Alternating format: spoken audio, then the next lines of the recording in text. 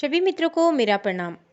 आशा और उम्मीद करते हैं आप सभी लोग स्वस्थ होंगे, मस्त होंगे और अपने परिवार के साथ व्यस्त होंगे।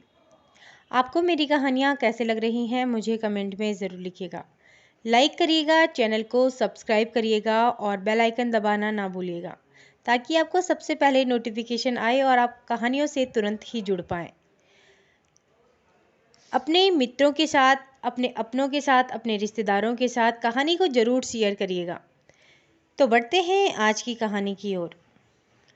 एक जंगल में एक बरगद का पेड़ था। उस बरगद के पेड़ पर कौवे और कौवी का घोंसला था। वह दोनों पति पत्नी बड़े प्यार से रहते थे और बड़ी खुशी खुशी अपना जीवन व्यतीत कर रहे होते हैं। कुछ वक्त बीत जाने के बाद कौवी का पाँव भारी हो जाता है, यानी कि कौवी प्रेग्नेंट हो जाती है। कौवा खूब सारा खाना लाता और कौवी को बड़े प्यार से खिलाता। कौवी भी बड़े प्यार से खाना खाती। एक दिन कौवी का अंडा बाहर निकल आता है। जब कौवी का अंडा हो जाता है तो कौवी घोंसले पर ही रुकती है। कुछ दिन बाद जब कौवी सही हो जाती है, ठीक हो जाती है, तो फिर वह भी अपने पति के साथ यानी कि कौवे के साथ दूर जंगल में खाना लेने जाती है। वह खूब सारा खाना खाते, घूमते फिरते फिर घर आ रहे होते हैं। तभी वह देखती है कि उसके घोंसले में एक काला नाग बैठा हुआ है, जो कि उस घोंसले के उस अंडे को खा रहा होता है। कौवी यह सब देखकर बहुत उदास होती है, बहुत रोती है। फिर कौवा उसे समझाता है, छोड़ो कोई बात नहीं, जो होना होता है वो होता ही है, आगे से ध्यान रखेंगे। कुछ दिनों के बाद फिर से कौवी प्रेग्नेंट होती है और फिर से वह कुछ दिनों के बाद एक अंडे को जन्म देती है। कौवी बड़े ध्यान से उस अंडे की सेवा कर रही होती है। तभी कुछ वक्त के बाद वह काला नाग फिर से आता है, उस अंडे को भी खा जाता है। ऐसा ही चल रहा होता है। काफ़ी दिन हो जाते हैं। जब ऐसा ही चल रहा होता है, कौवा कौवी बहुत दुखी होते हैं। संतान का खोने का दुख उन्हें बहुत सताता है। ये तो सब स्वाभाविक है कि जब संतान को कोई नुकसान पहुंचाता है तो बहुत गुस्सा आता है, और यही कौवा और कौवी के साथ भी हो रहा होता है। कौवा का एक दोस्त जंगल के एक कोने पे रहा करता था, जो कि एक शियार था। शियार बड़ा ही चंट था। कौवा जाता है और अपना सारा दुख उस शियार को बताकर आता है। शियार कहता है, तुम मेरे मित्र हो तो तुम्हारी मदद करना मेरा फर्ज है। चलो, ना हम उसे अस्त्र से मारेंगे ना शस्त्र से मारेंगे, हम उस सांप को दिमाग से मारते हैं। तभी कौवा कहता है, कैसे? तो शियार कहता है, वो सब तुम मुझ पर छोड़ दो, और उसे कहता है, और कौवे को कहता है कि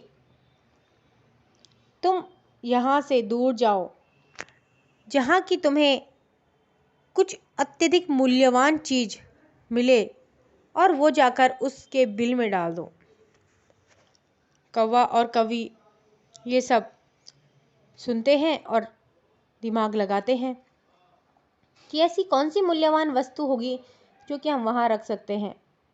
तभी वह दोनों उड़ते हैं और उड़ते उड़ते एक राज्य में पहुँच जाते हैं, जहाँ की रानी स्नान कर रही होती है, और रानी का हीरों का हार जो होता है वह नदी के पास पड़ा रहा होता है।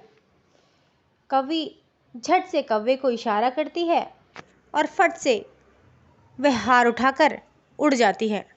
हार को उड़ता देख महारानी चिल्लाती है, मेरा हार, मेरा हार, पकड़ो पकड़ो पकड़ो।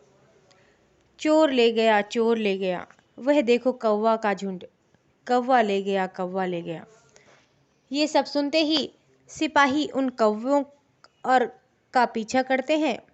कौवे और कौवे का पीछा करते करते वह जंगल की ओर पहुंच जाते हैं। कौवी बहुत तेज हो जाती है, उसकी रफ्तार बहुत ही तेज थी उड़ने में। वह जल्दी से जाकर उस सांप के बिल पर वह हीरो का हार फेंक देती है। जैसे ही वह हीरो का हार फेंकती है, तभी सांप का बाहर आने का वक्त भी हो चुका होता है। जैसे ही वह काला नाग बाहर आता है, तभी सभी सिपाही, रानी के सभी नौकर वहां पहुंच जाते हैं और सांप को देखकर वह उठाकर लाठी दे दनादन मारते हैं और सांप को वहीं मार देते हैं, ढेर कर देते हैं। और फिर उस हीरो के हार को अपनी रानी को सौंप देते हैं। कौवी और कौवा यह सब देखकर अत्यधिक प्रसन्न होते हैं और जाकर उड़कर उस शियार के पास जाते हैं, उसका बहुत बहुत धन्यवाद करते हैं और कहते हैं, तुम जैसा मित्र पाकर हम अत्यंत प्रसन्न हुए। तुमने हमारी मुसीबत दूर करी, हमारी मदद करी, उसके लिए बहुत बहुत धन्यवाद। तभी शियार कहता है कि कभी भी किसी अपने शत्रु पर शस्त्र का प्रहार एकदम से मत करिएगा, पहले अपनी बुद्धि का प्रयोग करिएगा। क्या पता शस्त्र से अत्यधिक बलशाली आपकी बुद्धि हो और उस बुद्धि से आप उसका नाश कर सको। तो आपको ये कहानी कैसे लगी मुझे कमेंट में ज़रूर लिखिएगा। मैं मिलती हूँ आपको एक नई कहानी में, तब तक के लिए आप सभी को मेरा प्रणाम।